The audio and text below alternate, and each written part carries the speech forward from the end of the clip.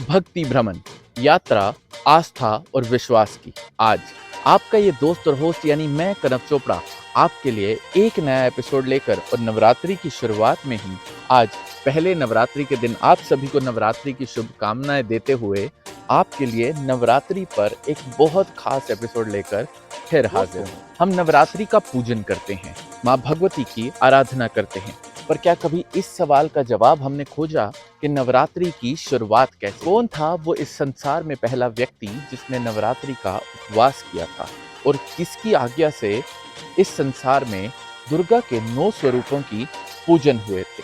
और सबसे बड़ा सवाल कि हर दिन हर माता के स्वरूप को क्या चढ़ाने से आपको मिल सकती है माता की अपार कृपा।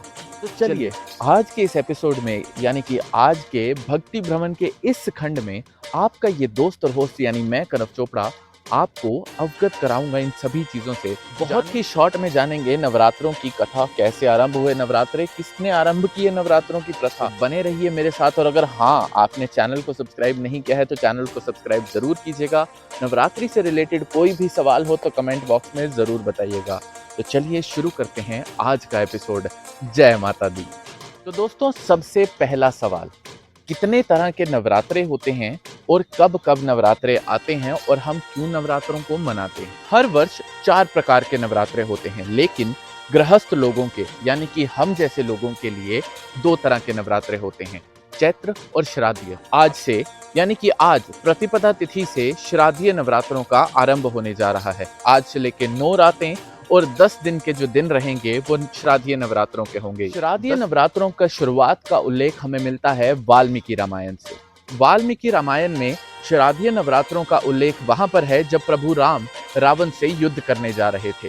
तो ब्रह्मा जी ने प्रभु राम को कहा था कि आपके पास हर एक युक्ति है, पर उस युक्ति का प्रयोग करने के लिए आपको शक्ति प्रसन्न चाहिए।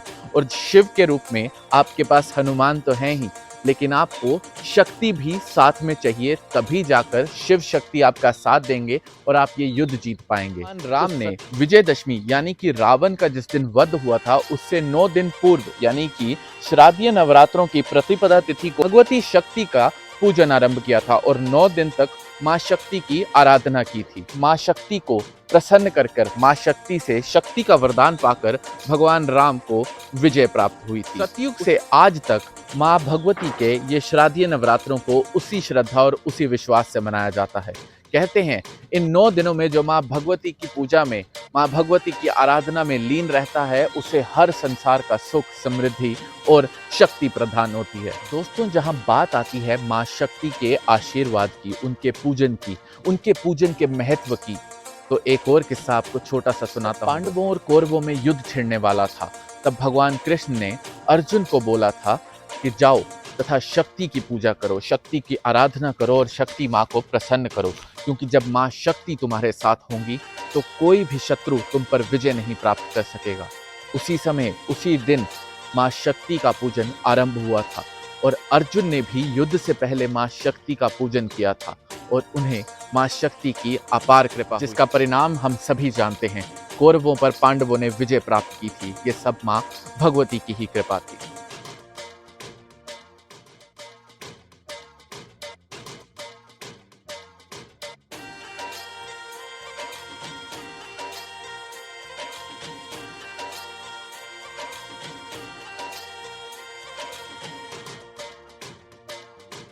चलिए दोस्तों आज के एपिसोड में सवालों की कड़ी को आगे बढ़ाते हुए जानते हैं कि माता की यानी कि माँ भगवती की पूजा आराधना नवरात्रि में कैसे की जाए। नवरात्रि के दिन यानी कि नवरात्रि के पहले दिन जब आप सुबह उठकर माँ भगवती की पूजा करने जाते हैं, उससे पहले जिस जल से आपने स्नान करना है उसमें कुछ बूंदे गंगा जल की डालनी।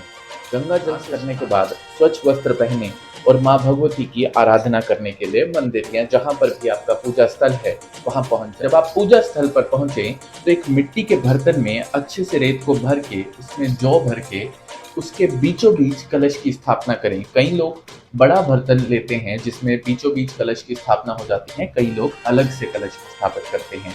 ध्यान रखिएगा जब कलश की स्थापना करें तो उसके नीचे अक्षत यानी कि चावल थोड़े से जरूर रखते हैं और चावल के आसन पर कलश की स्थापना करें। जब ये स्थापना हो जाए तो माँ भगवती को लाल फूल अवश्य चढ़ाएं। माँ भगवती को लाल फूल चढ़ाकर उनका पूजन आरंभ करें। जब आप पूजा आरंभ करेंगे तो माँ के आगे कुछ लोग अखंड दीप जलाते हैं, कुछ लोग ऐसे ही जब पूजा के समय दीप प्रज्वलित। तो जो भी दीप आप जला रहे हैं दोस्तों, वो घी का दीप होना चाहिए। घी का दिया जलाएं। माँ को घी का दिया जलाने में इसलिए भी कहा जाता है कि जब भी आप भगवती की पूजा करें तो वहाँ घी का दिया जलाएं, क्योंकि जब घी की जोत आप माँ को जलाते हैं, उस घी की जोत का एक और फैक्ट है जो आपके संसार में, आपके घर के लिए बहुत अच्छा होता है। घी का दिया जलाने से आरोग्यता मिलती है और जो हमारे घर की नेगेटिव एनर्जी होती है, नेगेटिविटी को वो घी का दिया जो है वो हमारे घर से, हमारी जिंदगी से दूर करता है। भगवती की दुर्गा चालीसा या दुर्गा सप्तशती या दुर्गा स्तुति का पाठ करें। पाठ करने के बाद माँ भगवती की आरती जरूर उतारें। छोटी सी और बहुत सरल सी पूजा विधि को आप फॉलो करते रहें और माँ भगवती का आशीर्वाद हमेशा पाते रहें।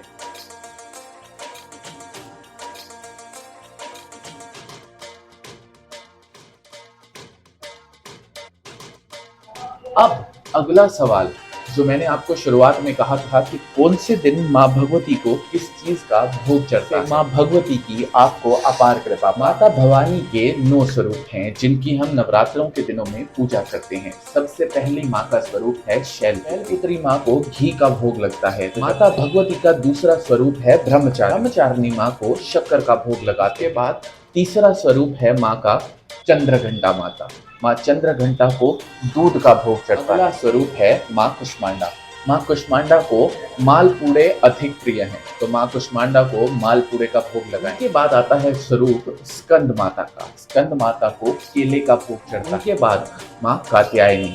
कात्यायनी माँ को शहद, मधु या हनी बहुत प्रिय है, तो उन्हें शहद का भोग जरूर लगाएं। के बाद स्वरूप आता है माता महागौरी। माता महागौरी को नारियल यानी कि कोकोनट जरूर चढ़ाएं।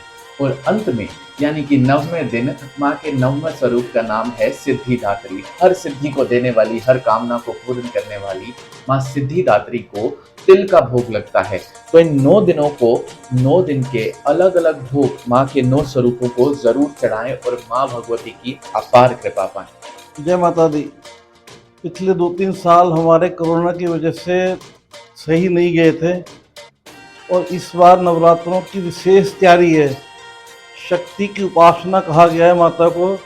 9 दिन संयम के साथ जो माता की पूजा करता है, भक्ति करता है, श्रद्धा पूर्वक जोत जलाता है, माता उसके घर में खुशहाली लाती हैं, उसकी मनोकामनाएं पूर्ण होती हैं। माता के अंदर शक्ति है और नवरात्रों के अंदर विशेष करके माता आशीर्वाद प्रदान करती है।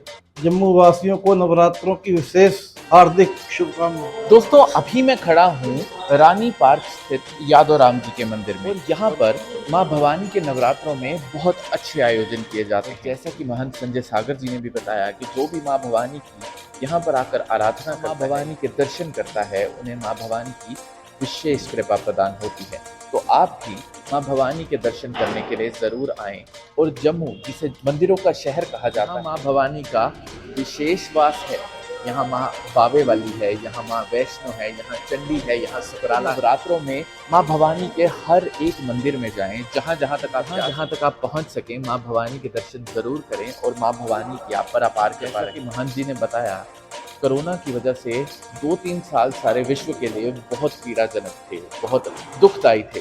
तो हम माँ भवानी से यही आराधना करते हैं कि वह हर रोग को हरने वाली हैं, सभी को निरोगी काया और सुख समृद्धि देने वाली हैं। वही माँ भवानी हम सभी पर, आप सभी पर और इस पूरे विश्व पर अपार कृपा करे और अपनी कृपा हम सब पर बनाए रखे। इसी के साथ आपका ये दोस्त और होस्ट यानी मैं कनव चोपड़ा आपके लिए भक्ति भ्रमण यात्रा आस्था और विश्वास की में एक नया एपिसोड लेकर फिर जल्द हाजिर हो जाऊंगा। आप बस ऐसे ही हमारे साथ बने रहें और ऐसे ही हमारे साथ भक्तिमय भ्रमण करते रहें। जय माता दी।